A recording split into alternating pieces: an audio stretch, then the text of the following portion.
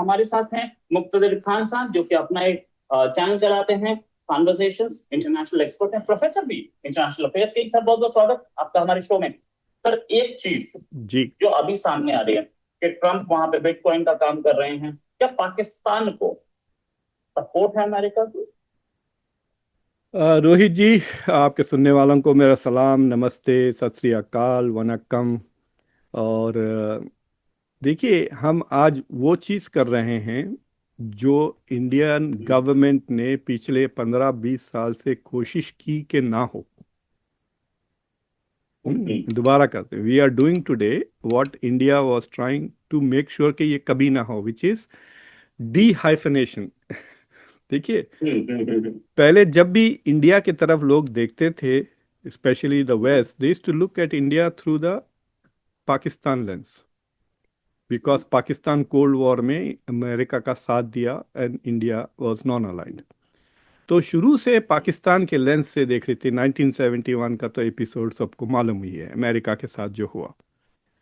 फिर उसके बाद आजकल अब इंडिया को चाइना के लेंस से देखते हैं कि is India an alternative to China manufacturing में। क्या चाइना से जंग हुई तो India will be the main fighting force. देखिए, चाइना की 1.4 बिलियन पॉपुलेशन में वो मतलब 2 करोड़ की फौज अगर भेजती है तो 2 करोड़ कहाँ से लाएंगे? अमेरिका, इंडिया से तो आएंगी वो फौज, अगर लैंड वॉर होती है। So India is now being seen through. तो इंडिया की हमेशा फॉरेन पॉलिसी कोशिश रही है, under Manmohan Singh as well as under Narendra Modi, कि ये डी हाइफनेट कर दे हमको, कि ये पाकिस्तान के साथ ना जोड़े, है ना। जब तो अब क्या हुआ है, डोनाल्ड ट्रंप ने अपने सोशल ट्रूथ के पोस्ट के थ्रू री हाइफनेट कर दिया दोनों को। हाँ, तो दैट जो बहुत ज्यादा जो डिप्लोमेटिक नुकसान ये हुआ है इंडिया को, ये ऑपरेशन सिंदूर के बाद, कि एक लेवल पे लाके खड़ा कर दिया टू सच एन एक्सटेंट कि डोनाल्ड ट्रंप ये कहने लगे कि I am close to Pakistan, I am close to India and these. फिर उन्होंने कहा दीज आर वाइज पीपल यानी शहबाज शरीफ को वाइज बना दिया मोदी के लेवल पे, राइट। तो so this has been a big damage diplomatically कि अब। और उसके बाद इंडिया ने एक बहुत बड़ा सेल्फ गोल किया, ये जो डिप्लोमेटिक मिशंस जो भेजे हैं, ये सारे के सारे, सोचो आप, 7 रीजन्स को जा रहे हैं। और क्या बात कर रहे हैं? ये पाकिस्तान,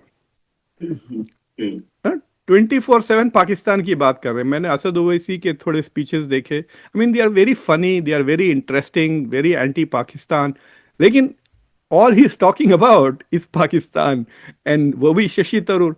तो इंडिया का प्रॉब्लम ये है वापस रीहाइफनेट होके। तो ये सारा का सारा diplomatically is a bonanza for Pakistan, के it has become legitimate. Can you imagine कि आप रविंद्रनाथ टैगोर के बारे में बात करके साथ में मुख्तदर का नाम लगा दें साथ में? हाँ, राइट। अगर even if you say possible. Muqtedar is not as good an intellectual as Rabindranath Tagore, Muqtedar is not as good as a poet, it's like saying के Sarfaraz Khan is not as good as a batsman as Virat Kohli. ठीक है भाई, लेकिन एक सांस में तो ले रहे हो आप दोनों का नाम। कंपेयर कर रहे हो ना मुझसे से। किसी ने आज तक जिंदगी में मेरी बैटिंग और विराट कोहली की बैटिंग तो कंपेयर नहीं की ना। So so what has happened is कि they have elevated that level. तो ये एक प्रॉब्लम है इंडिया के लिए कि it has been rehyphenated with Pakistan. तो अब मिस्ट्री ये है कि पाकिस्तान में है क्या। तो आप जैसा ये सेटअप कर रहे थे, तो हमने जरा क्विकली ट्रेड देखा, इन यूएस पाकिस्तान का ट्रेड रिलेशंस। $7.5 बिलियन का ट्रेड है टोटल। पाकिस्तान का सबसे बड़ा ट्रेडिंग पार्टनर अमेरिका है, not China. I found that very interesting. यानी पाकिस्तान के एक्सपोर्ट्स में, ट्रेड तो इंपोर्ट्स तो चाइना से बहुत करता है पाकिस्तान, बट एक्सपोर्ट्स में it exports, biggest export market America है, $5 बिलियन, दैट्स इट। हाँ, अब मैं आपको इंडिया के बारे में बताता हूँ। इंडिया को बारे में जब भी देखिए, आप जब भी लोग ट्रेड के बारे में बात करते हैं ना, ये गौर से सुनिए, आपके सुनने वालों को कह रहे हैं, प्लीज लिसन केयरफुली। जब भी अखबार में आर्टिकल्स में जो ट्रेड इंडिया एक्सपोर्ट्स, ये जो $130 बिलियन ये कहते हैं, ये गुड्स के हैं खाली। These are things that are made, जो आप पकड़ सकते हैं, पेन, इस तरह से फार्मास्यूटिकल्स, सेमीकंडक्टर्स, ये वो। तो ये जो $130 बिलियन का जो ट्रेड हुआ था पिछले साल अमेरिका और इंडिया के बीच में, वो गुड्स का ट्रेड है। यानी इंडिया $80 बिलियन एक्सपोर्ट करता है अमेरिका को चीजें। जो जिस चीज की बात नहीं होती वो सर्विसेज की है। तो इंडिया $300 बिलियन टोटल एक्सपोर्ट करता है सर्विसेज, जिसमें से $210 बिलियन अमेरिका को जाते हैं। यानी इंडिया के total exports to America are close to $300 billion. और टोटल ट्रेड अगर सर्विसेज एंड वो ऐड कर ले तो दैट गोस वेरी हाई। मुझे अभी तक टोटल फिगर नहीं मिला कि अमेरिका ने इंडिया को जो सर्विसेज एक्सपोर्ट करता है वो कितने हैं। फॉर एग्जांपल, ये ये स्ट्रीम यार्ड यूज कर रहे हैं आप, I think this is an American company. Right right. Zoom use कर रहे हैं, Zoom, Netflix, Facebook, Twitter, YouTube, these are all America's exports to India. ये सर्विसेज है। आधा पैसे ले लेता है यूट्यूब अपने चैनल पे तकरीबन, राइट। एडवर्टाइजिंग जो हो रही है, all that money is coming to America and then they are, so people don't realize के जैसा कि पिछले साल अमेरिका का trade balance in services was more than $1 trillion. Trump भी नहीं बात करता और कोई, मुझे समझ में नहीं आता कि why people are not talking about it. So anyway the point is के पाकिस्तान अमेरिका के जो ताल्लुकात है वो $7.5 बिलियन का ट्रेड है। इंडिया और अमेरिका के जो ताल्लुकात है तकरीबन $300 बिलियन। तो आप फर्क समझ लें आप, this is the huge difference. फिर उसके बावजूद क्यों पाकिस्तान को इस लेवल पे लेकर आया? I think there are two things that are going on. एक कि डोनाल्ड ट्रंप का जो वो इंस्टिंक्टिवली काम करते हैं, मतलब he doesn't right a policy paper, मुझे लगता है वो पढ़ते भी नहीं है ज़्यादा, बट उनका जो इंस्टिंक्ट है वो बदलता नहीं। तो फॉर एग्जाम्पल जब से वो प्रेसिडेंट बने हैं वो कब्जा करने पे तुले हुए हैं, ग्रीनलैंड, कनाडा, राइट।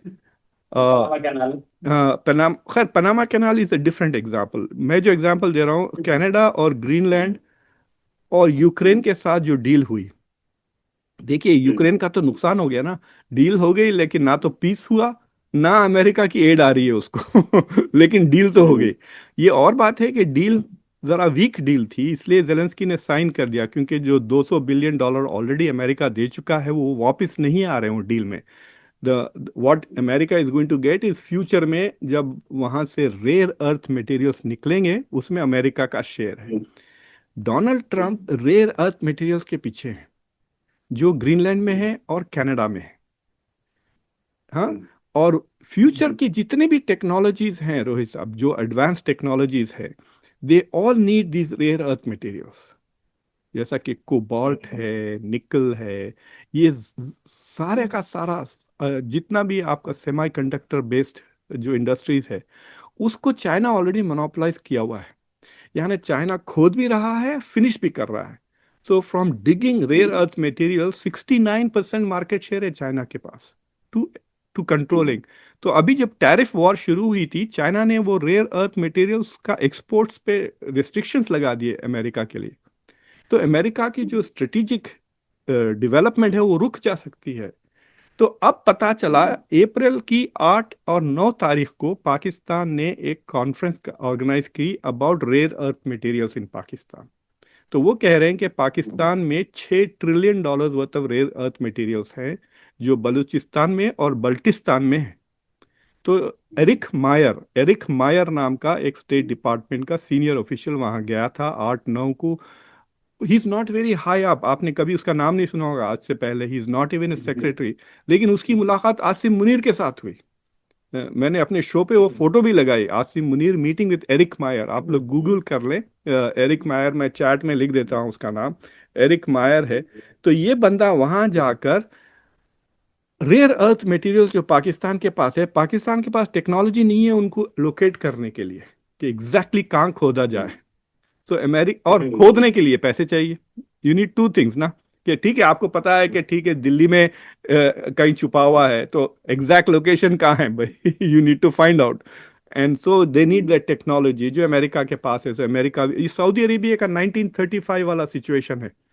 उनको पता था तेल है, लेकिन एग्जैक्टली कहाँ खोदना है नहीं पता, और खोदने के लिए पैसे नहीं है, ना टेक्नोलॉजी है.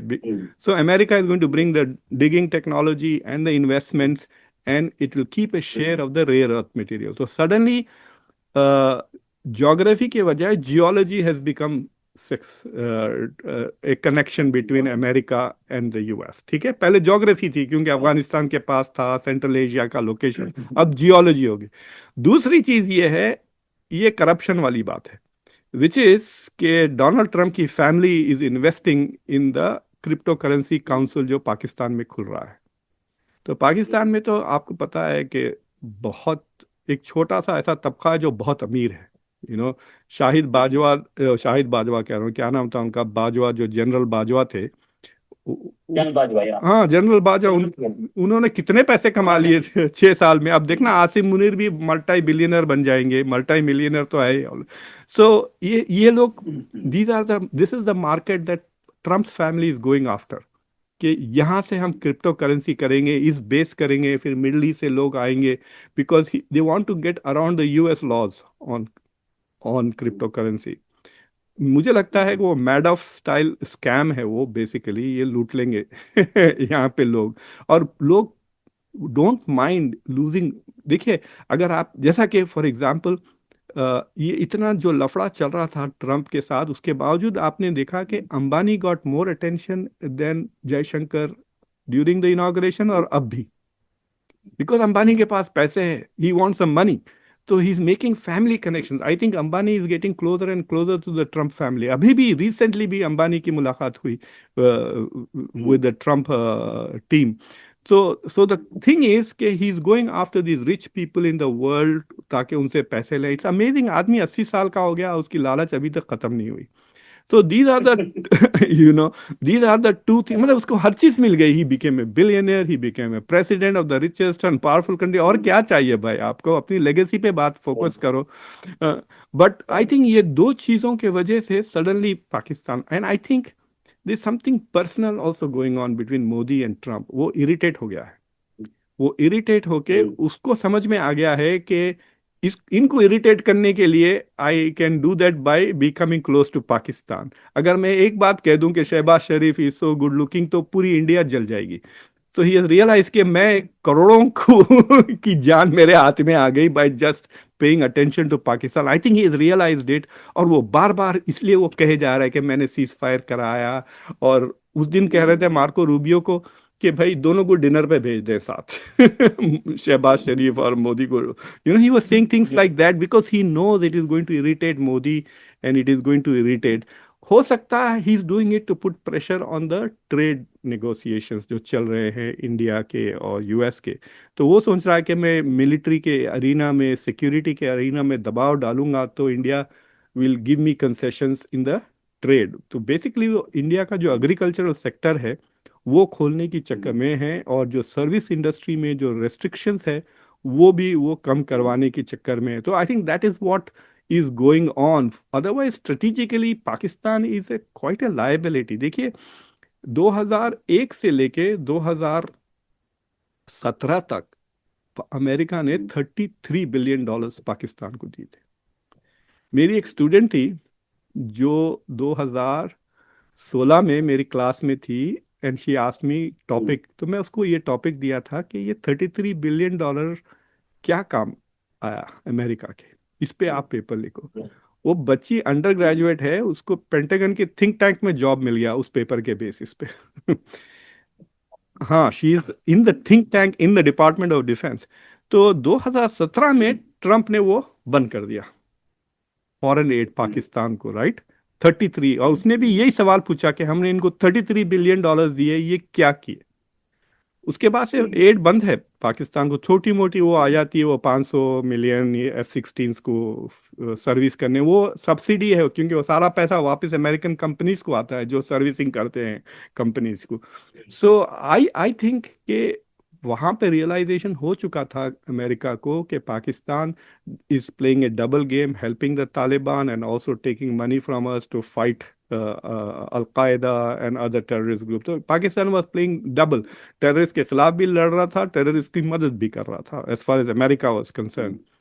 तो दे रियलाइज, लेकिन अब फिर से दोबारा after 7 years Trump is reviving Pakistan US relations. I think वो खराब इसलिए भी हुए बिकॉज ऑफ इमरान खान, जो 2018 में became prime minister. Imran Khan was and is very anti west. अब वो वेस्ट की मदद करना मांग रहे हैं ताकि उनको हेल्प करें कि वो जेल से निकले वगैरह, but to the core he was anti west. आपने उनके स्पीचेस सुने आप, और इसलिए बाइडेन ने उनको कभी इनवाइट नहीं किया, उनको फ़ोन भी नहीं किया, बात भी नहीं किया इमरान खान से। सो आई थिंक कि नाउ दैट नया एस्टेब्लिशमेंट आ गया, आसिम मुनीर और शहबाज शरीफ, ये लोग एंटी वेस्ट एटलीस्ट रेटरिक तो नहीं है इनकी। सो आई थिंक दैट वो रिलेशनशिप जो इमरान खान के वक्त खराब हो गई थी वो भी रिपेयर हो रही है।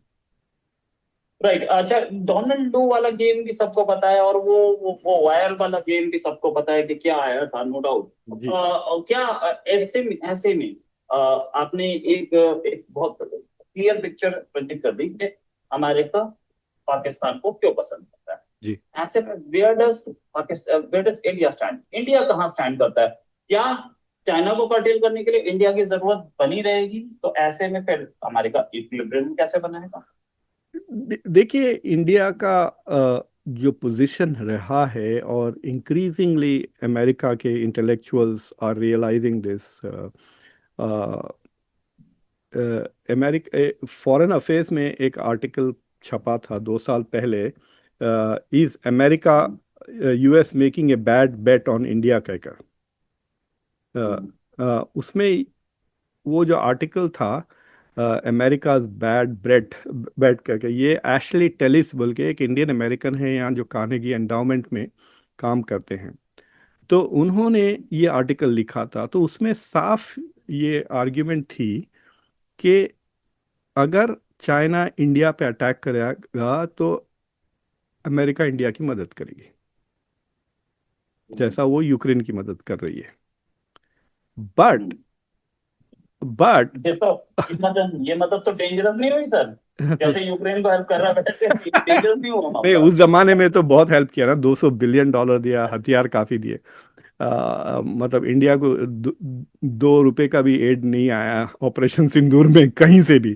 तो 200 billion is huge thing, which is 200 billion India के 3 साल का डिफेंस बजट है। तो एनीवे, तो वो कह रहे थे कि इंडिया की ये अंडरस्टैंडिंग है कि हम चाइना अगर इंडिया पे हमला करता तो अमेरिका इंडिया की मदद करेगा, लेकिन अगर चाइना और अमेरिका की जंग होती है तो India will not defend America. This is what India wants, यानी आप हमारी मदद करें, हम आपकी। तो तो अमेरिकन इंटेलेक्चुअल्स पूछ रहे हैं, then what is the point? हम आपकी मदद करें अगर चाइना के खिलाफ, तो अगर हम चाइना से लड़े ताइवान के लिए या जापान के लिए या साउथ कोरिया के लिए, then you have to come in. वरना तो क्वाड का यही मकसद था ना। तो इन्होंने बहुत कोशिश की क्वाड के थ्रू इंडिया को फंसा लेने के लिए मिलिटरीली, क्योंकि क्वाड में जितने भी मुल्क हैं, जापान को ले लें और ऑस्ट्रेलिया। ऑस्ट्रेलिया, फिर उसके बाद जो स्क्वाड बना जिसमें भी जापान, ऑस्ट्रेलिया और फिलीपींस है, तो स्क्वाड में वो तीनों मुल्क have military agreement with the US, allies है। लेकिन क्वाड में इंडिया एक है जो ऑड मैन आउट है, जिसमें India doesn't have a military alliance with any of those countries. In fact India के सिर्फ श्रीलंका के साथ मिलिट्री अलायंस बना है अभी रिसेंटली, जो कुछ अंडरस्टैंडिंग साइन की, otherwise India doesn't have military alliances. तो that was the odd relationship.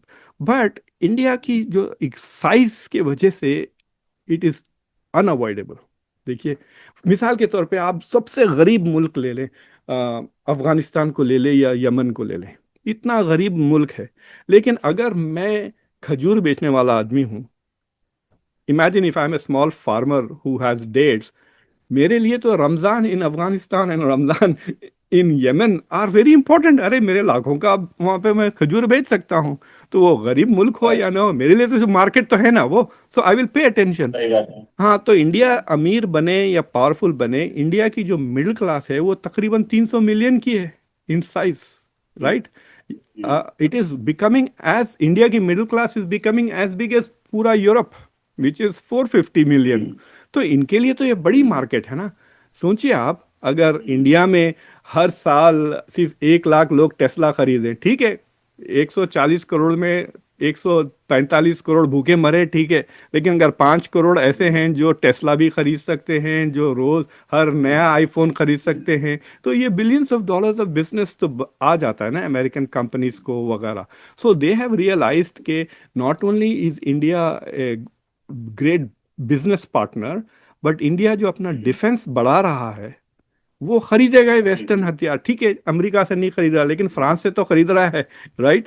France से, इटली से जो इंडिया की शॉपिंग हो रही है, सबमरीन्स इटली से खरीद रहे हैं, फ्रांस से रफाले, अभी 26 रफाले, $7.4 बिलियन की डील है, 2025 की बात कर रहा हूं मैं, So India is buying weapons and they want to sell. So India has become a good. Plus India के पास डायस्पोरा है, इंडिया के जो engineers है, हाई टेक बंदे, वो भी चाहिए उनको. So India is supplying lots of resources, including manpower, skilled manpower. सोचिए आप, यहाँ पर हमारी यूनिवर्सिटी में एक इंजीनियर को बनाने में अगर वो डेलावेयर से है तो $120,000 लगते हैं, और अगर वो डेलावेयर के बाहर से आता है तो तकरीबन $2 लाख से ज़्यादा. इंडिया में चंद $10,000 के अंदर इंजीनियर बन जाता है, just as good. India is investing on that. ये सारे के सारे आईआईटीज में इंडिया इन्वेस्ट करता है, फिर वो यहाँ आ जाते हैं, फिर यहाँ आके वो अमेरिका की खिदमत करने लग जाते हैं. So America doesn't need to invest in producing engineers and doctors, वो रेडीमेड ले रहा है वहां से. The same the rest of the world is doing. So in that sense India से फायदा ही फायदा है वेस्ट का. So they want to continue to have the relationship even if it is not strategic. समझ रहे हैं ना आप? अगर इंडिया इनके लिए लड़ा भी नहीं, बरतानिया के लिए नहीं लड़ता, इंडिया किसी के लिए नहीं लड़ता, तो उसके बावजूद एटलीस्ट पैसे तो बना सकते हैं, which is what they are making. Right, which is what they are making. तो द फैक्ट इज कि मैटर जो है वो थोड़ा सा उस लेवल पे आ चुका है अब कि अमेरिका को कहीं इक्विलिब्रियम बनाना पड़ेगा पाकिस्तान के साथ और इंडिया के साथ. और अब हम एज वी सी, जब चाइना जैसे अपने आप को बढ़ा रहा है और ईरान वॉर के जो लूम कर रहा है इस समय मैटर, हो सकता है ईरान वॉर शुरू हो जाए, तो ऐसे में इंडिया के लिए भी एक ट्रबल होगी कि ईरान का साथ दे या अमेरिका का साथ दे. तो आगे देखते हैं क्या होता है. Thanks a lot sir for joining. उम्मीद है जल्दी डिस्कशन और करेंगे. अभी के लिए नमस्कार, धन्यवाद, थैंक यू. जय हिंद सर.